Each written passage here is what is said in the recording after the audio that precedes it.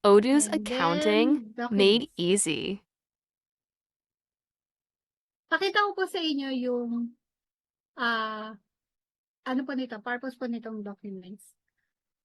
Pwede po natin gawin dito na magsisend lang tayo ng email to Odoo. Then, direct na po mapupunta sa sales invoice at saka po sa vendor bill. Ito yung example.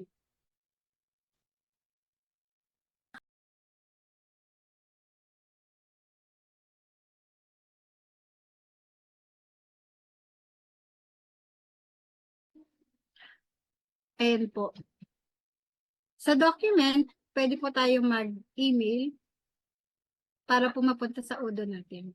Example po natin itong sales. So, paano pa tayo mag-email? Puntahan po natin si documents. Sales invoice sending of documents. Si Documents. finance. Finance. Copy Copy po Odoo natin mail to. ad. Ayan. Attach I-copy natin yung PDF. email lang. Send. Ito po ay para sa sales invoice.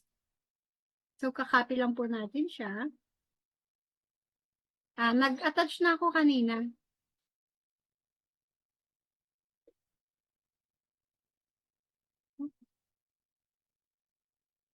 Ayan, so send. Kasi di ba katulad po sa mga online sellers, di ba po nagsusulat muna sila ng invoice daily. So, gagawin po nila doon, pwede kasing picturean na lang po yun. Pwede po mag-picture sila doon. Katulad ko po, malayo yung client ko. So, ginagawa ko, pinipicture po yung sales invoice nila. Para lang po may copy ako. So, puntahan po natin. Miss Lynn, kaya gusto ko ng sa Google kesa po sa login. Kasi dito, pwede kang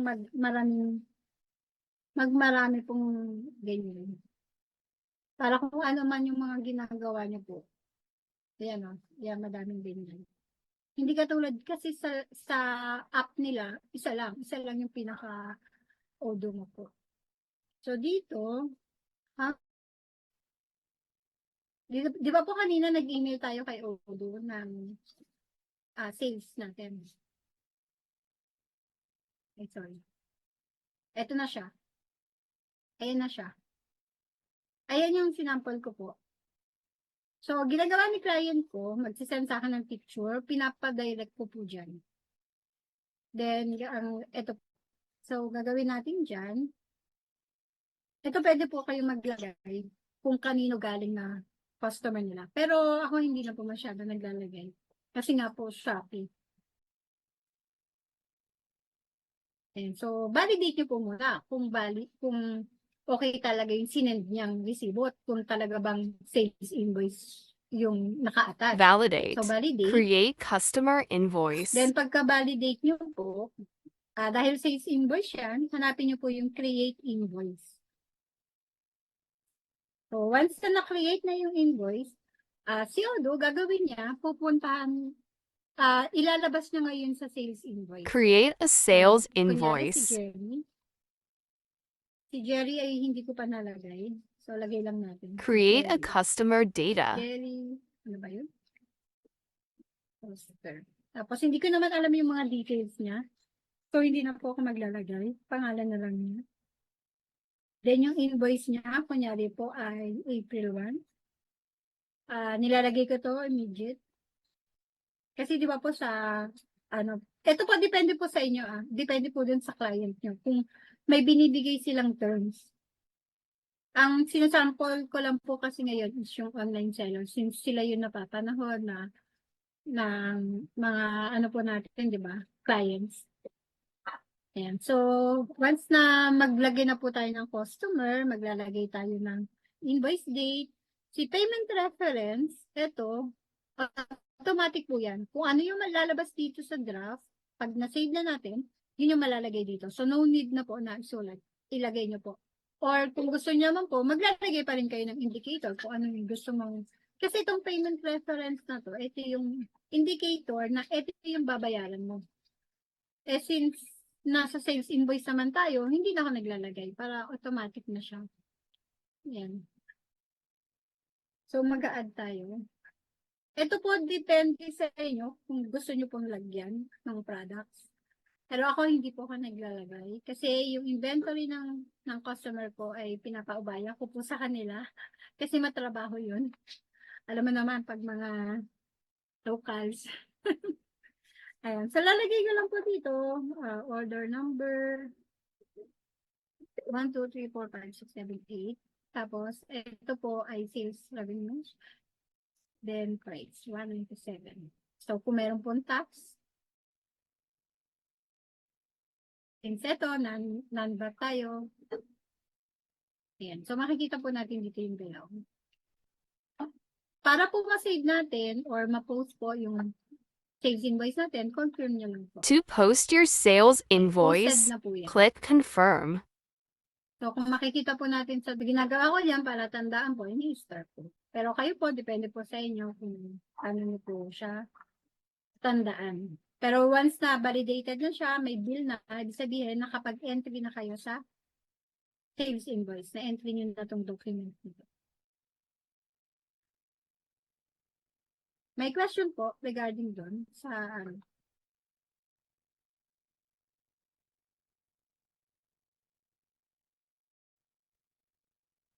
Need na ilagay lahat ng name dahil accrual basis.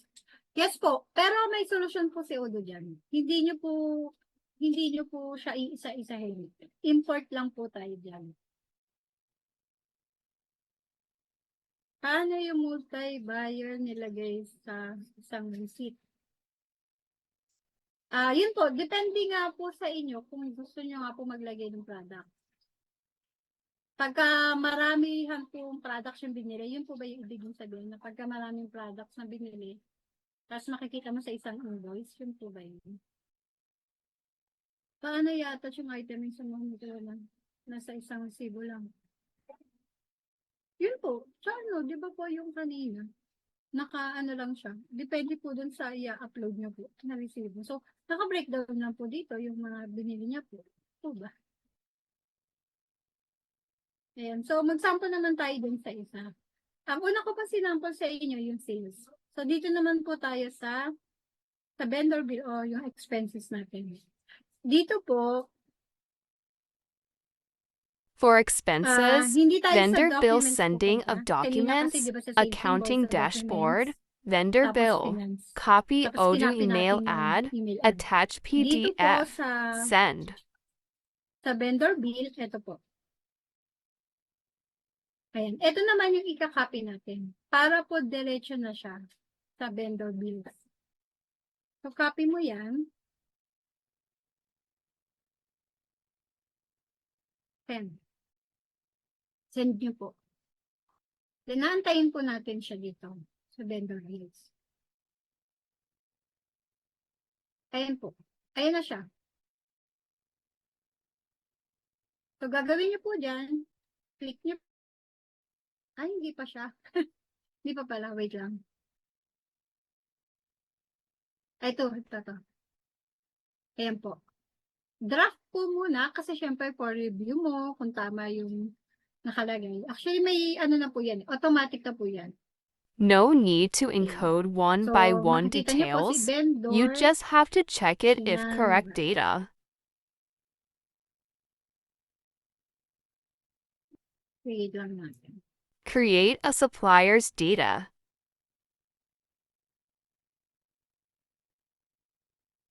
So, April 1, tama siya. April 1. Accounting date, tama. April 30, end of the month. Yung bill reference, ito siya. Tama din po. Immediate natin.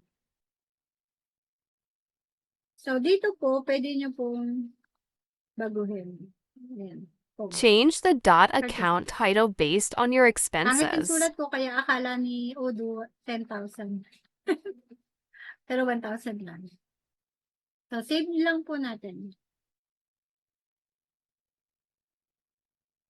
Ayan po. So, naka-record na yung in-email sa atin. Ang gagawin po natin dyan, di ba po may client tayo, may mga expenses sila. Ang ginagawa ko po doon, binibigay, pagka expenses, etong email address na to. Wait lang po.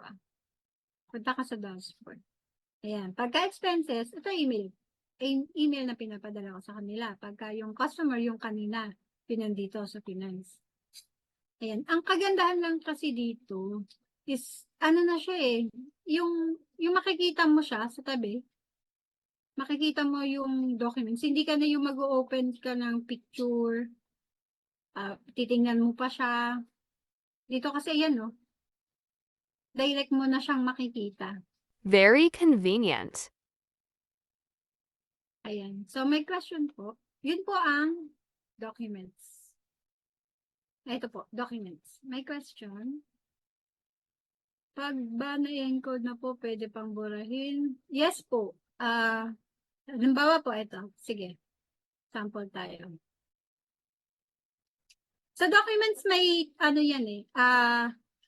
Pwede mo siyang burahin doon na hindi nabubura sa ano mo, sa sales invoice or sa vendor bill. Sample tayo. So, burahin natin siya. Tingnan natin. Okay. Binura ko siya. So, wala na siya. Punta tayo dito sa customer.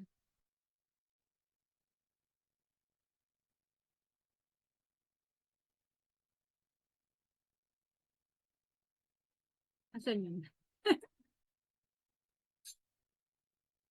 Asan na yung kanina? Ano nga, po ba yun? Posted. Ano? April 1 ko ba yung nilagay ko?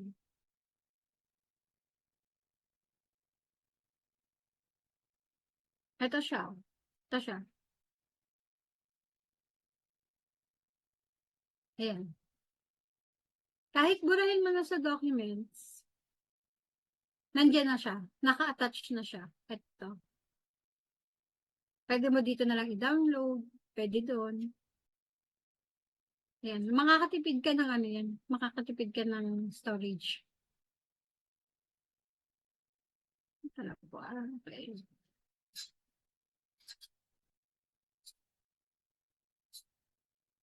Saan na ba tayo? Pag po ba ilan ko, pwede bang burahin? Yes. Unlimited po ba storage? So, kung lahat ng sabay na ito na po ng audio.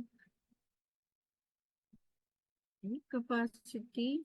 Di ako kasi binubura ko dun sa documents eh. Nandito siya sa ano kay sales invoice. Pero tatanong ko yung unlimited dun sa taga-Odo partner. Ay no, kung may in love ka, Miss Lynn, sa galing ng Odo. Para siyang zero tsaka QuickBooks, pero libre lang. Yung pag-login nyo po kanina, ano ba to? Ano yun? Ano yung two-factor login security? Yung may, ano pa, yung may OTP? Wala. Dashboard, ba man siya naka-default na ba? O ikaw magka-customize ng dashboard? Naka-default.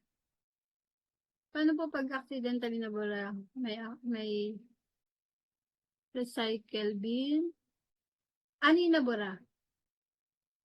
Yung document na naka-upload? 30 days, hanggang 30 days. Ano po ilalagay sa primary interest? Ito po, use it in my company. Ayun po, use it in my company. Okay na. So, okay na po tayo sa documents. Accounting dashboard. Okay na. So, dito na tayo. Si dashboard, ano lang ito talaga. Automatic dashboard. Wala siya. As in, tinginan mo lang siya. Instead na magpo-compute ka manually. Ito na siya. Kasi di ba bilang accountant, ano kayo, sa FS mo, magko-compute ka niyan eh. May gross profit margin, net profit, yan. Dito, pabasahin mo na lang. I-interpret mo na lang siya. Tapos pwede rin siyang i-share. Diba?